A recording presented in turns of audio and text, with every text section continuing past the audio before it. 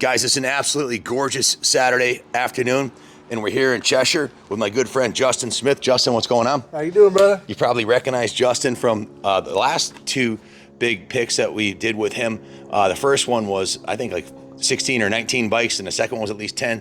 This one here, he's got some cool gems here, starting with this little Honda. What do you got here, Justin? So that's a 1971 Honda SL70. This was one of the most popular kids' toys of its time. They sold zillions of them. And this actually belonged to a coworker and friend of mine's father. And I had plans to restore it, never really got around to it. It runs and rides well. But the amazing part is it has a clean Connecticut title. And to find one for a 1971 that was mainly a dirt bike is unheard of. This is street legal, dual purpose. And it still has a headlight and taillight, which usually was the first thing to get wrecked by kids, right? Absolutely. These kids rode the wheels off these things, and my coworker's son was still riding it at this point, in 2016 or whatever when I bought it from him. Thing's awesome. We also have a really nice custom XR 650 on the end there, and a few other gems, but we'll go over the little ones first. We got a little, another little. This would look good under the Christmas tree. What's it, 8 weeks till Christmas? This thing looks super clean, but if you followed most of the videos, Justin is a collector that likes his stuff like brand new, and he's got all, what's the scoop with this one? I know it already looks good, but you got more NOS stuff for it, So this is a 1999 Yamaha PW50, little two-stroke, fully automatic, great entry-level kids bike, and I bought it like this. It's super clean, but I'm very anal about what I own and what I buy, and I've tracked down the front and rear fenders, the shrouds, and all of the decals. So when Ken's done with this bike, it will be even nicer than it is now. I mean, this is, 25 years old, and it's still in this condition. It has very little usage, but it'll be a true gem once they give it a little cleaning and some new plastics and decals. Yeah, and the plastic and decals that are on there are pretty good, and you can see the tires are like brand new. So this will almost be too nice to ride, because 25-year-old Mini with no time on it, it should be like, hung over the mantle or something like that. I don't know, but definitely a cool little piece. If you got an up-and-coming rider, I think a lot of the pros started on these little PW50s. So absolutely. Next as with all my bikes, they come with owner's manual, service manual, parts manual, sales brochure. I'm really big on literature and provenance. So absolutely. This one here, last time I was here, I tried to buy this from you. You weren't ready to sell it. I was thinking of buying this for Christy. We ended up buying her a Brute Force 300, but this thing's really, really super clean too. What's the scoop on this one? So I bought this new for my girlfriend. It has very little miles on it. It's a 2018 Polaris Phoenix 200. It's a 4-stroke with electric start and reverse, fully automatic. Very, very low hours on it. Same deal. I have all the original paperwork. We're the original owners, so the manuals and the bill of sale, everything come with it. Runs perfectly. It has never had anything but ethanol-free fuel in it since day one. Nice little American-made quad. Really cool. Polaris is known for their bulletproof quads and snowmobiles, and I think this one's a winner here. If I didn't buy that Brute Force for Christy, that would have been hers for sure. This one's another diamond too. I love the color. What do they call this color? It's either Candy Lightning Blue or Candy Thunder Blue. I don't remember which one, but it's pretty much, the shades are very similar, and it's my favorite color from Kawasaki, even though green is technically the Kawasaki color. I've always loved this one. They've had it on the ZX-10, which I had, and a few other bikes that are very cool. This is a 2009 Kawasaki ER6N, which is basically a naked Ninja 650R. We got this for my girlfriend new, bought it here in Cheshire at Willow's Motorsports. It has never seen any type of foul weather. We have all the original paperwork, obviously, in clean Connecticut title. It's got about 5,000 miles on it since '09, which is next to nothing, and it has been adult female owned since new. It does have a lowering kit on it, which is very easy to remove if you want to, but it comes with the factory accessory low seat height seat and the regular one. And it's got a pigtail on the battery and a brand new battery. How tall is your girlfriend? She's like 5'1" or 5'2". So Christy can fit on this. Sure.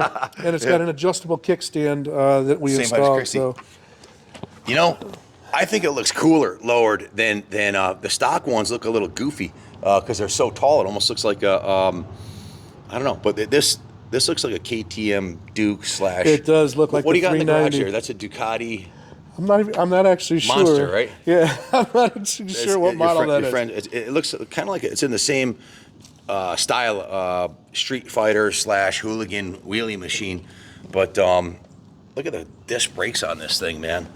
I've always been a big awesome. fan of the naked bikes. You see how clean the wheels are and everything. This thing's immaculate. Like I said, never seen foul weather, always been garaged. It's like brand new. And a lot of people say it looks like a transformer, which is pretty cool, especially from the front it end. does, doesn't it? And, you know, if you've seen previous videos from Ken, I'm really into naked bikes. I've owned dozens and dozens of them.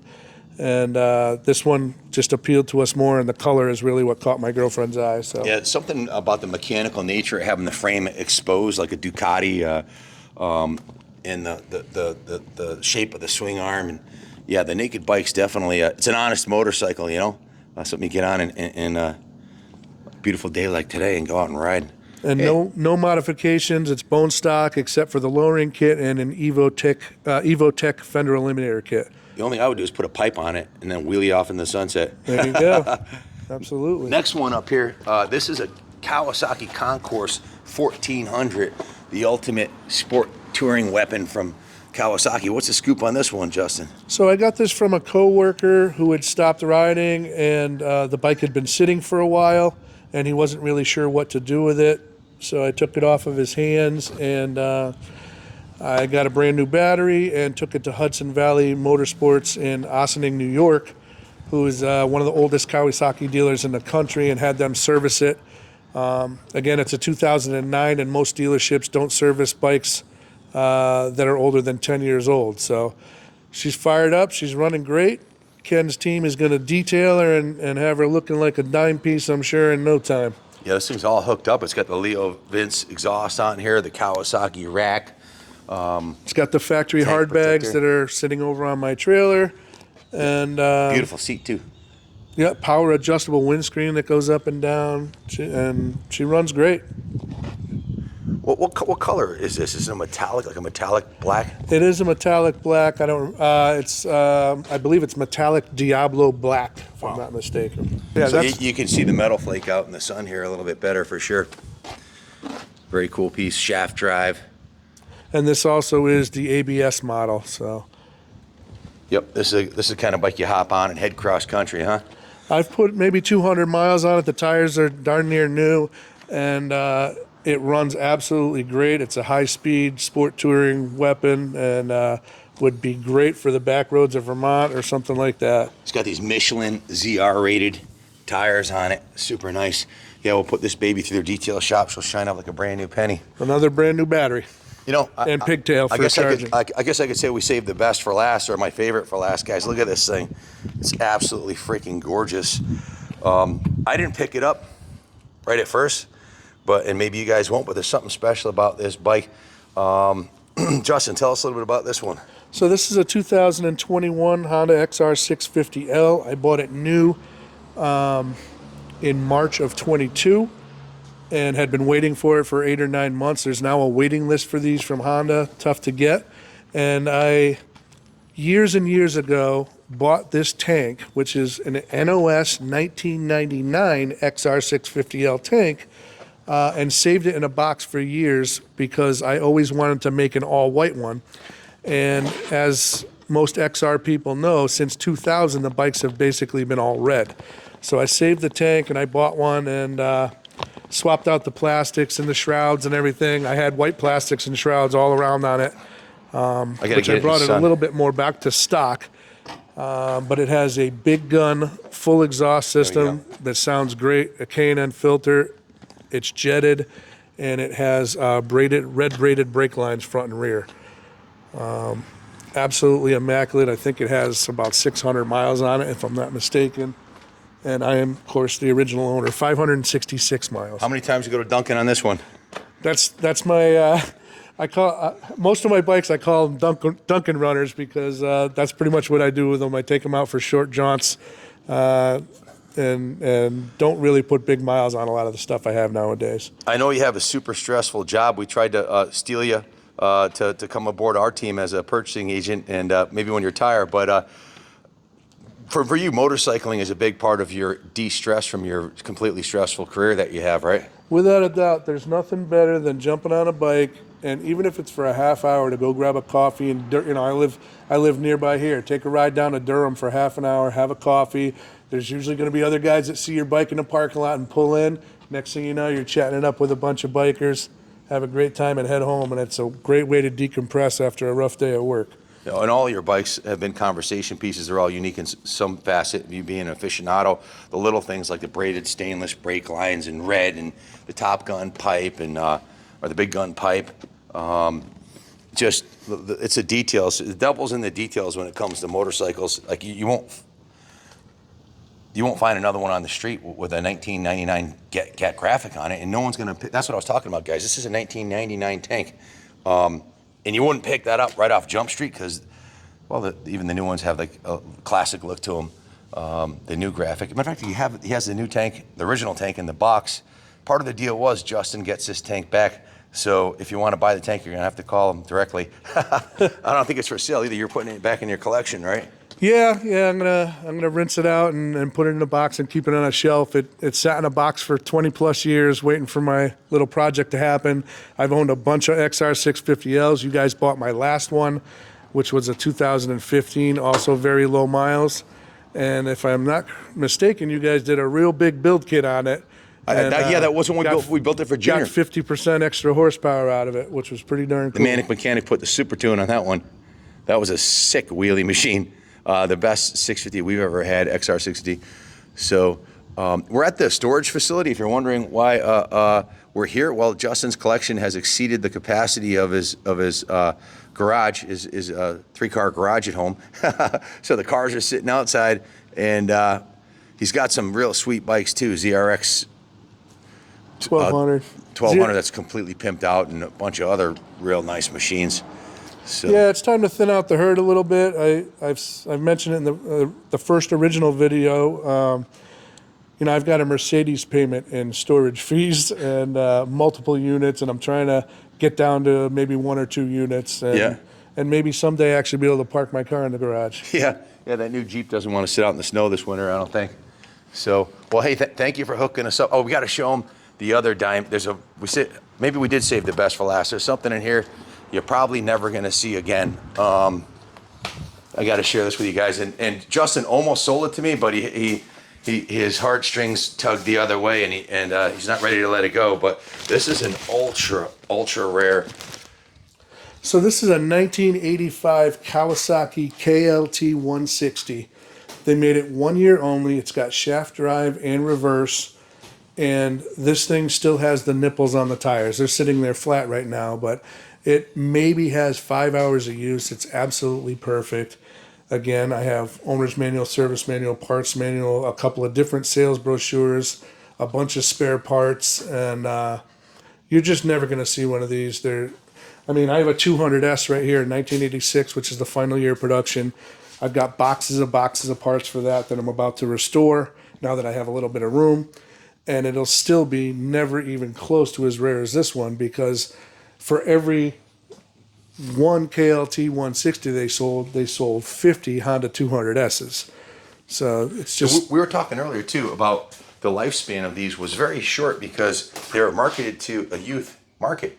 So most kids, they don't have to work 40, 60 hours a week and do dishes, laundry, garbage, and they're just kids, right, having fun. So a 160 ATC like this, it's a 4-season bike too, so you can ride it in the snow and in the mud, anywhere. So most of them got ridden into the ground. So to find one with, I don't know, maybe 5 hours, 100 miles on it tops, is unheard of. It just doesn't happen, and most of them end up in museums or private collections, like this one here, because it's almost, well, I'm not going to say it's too nice to ride, but there's plenty of ones like that one over there that you can buy that are a little rough around the edges and ride.